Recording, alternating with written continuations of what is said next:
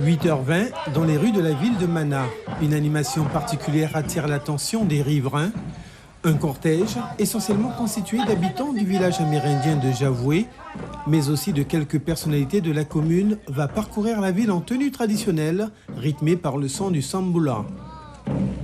Quelques minutes plus tard, le parcours s'achèvera à son point de départ. Ici, dans le village amérindien de Javoué, vient le moment des discours des représentants du conseil coutumier de Mana et de chefs coutumiers de villages amérindiens de l'Ouest. Le but, expliquer et rappeler ce qui les unit aujourd'hui en cette date symbolique du 9 août. Tout le village s'est mobilisé, je pense, durant toute l'année, je crois, pour préparer ces journées. Donc c'est plus qu'important d'être ici aujourd'hui en signe de bravo, de félicitations et de soutien. C'est pour rappeler le génocide qu'a subi les peuples autochtones partout dans le monde, et spécifiquement donc en Amérique du Sud et en Guyane. C'est important d'être là parce que c'est une journée internationale, déjà pour les peuples autochtones de Guyane et du monde entier. Et en tant que Guyanais, je me devais de venir là pour venir voir, partager avec mes frères et mes amis guyanais amérindiens. Le maire et quelques élus politiques étaient présents aussi pour soutenir l'initiative des habitants du village. J'ai rencontré à plusieurs reprises le chef coutumier qui m'a encore demandé, hier encore, avant-hier, je veux dire, j'étais avec lui, il me disait qu'il aurait voulu que la mairie ferme pour pouvoir permettre à l'ensemble de la commune de pouvoir participer.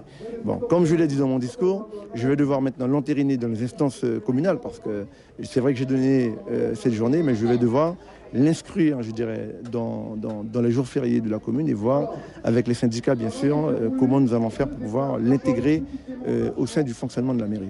Elle ne doit plus être symbolique, elle doit être reconnue comme les journées de l'esclavage.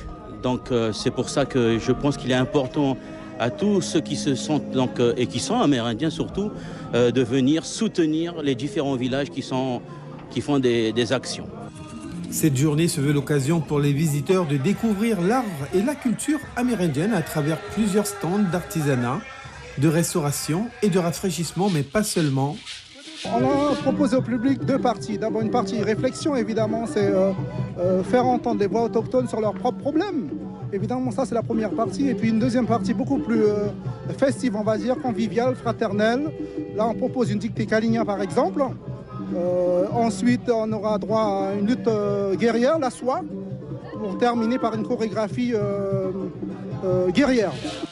Les visiteurs qui voudront se rendre à la manifestation pourront encore s'y rendre à la soirée du Samboula jusqu'à minuit.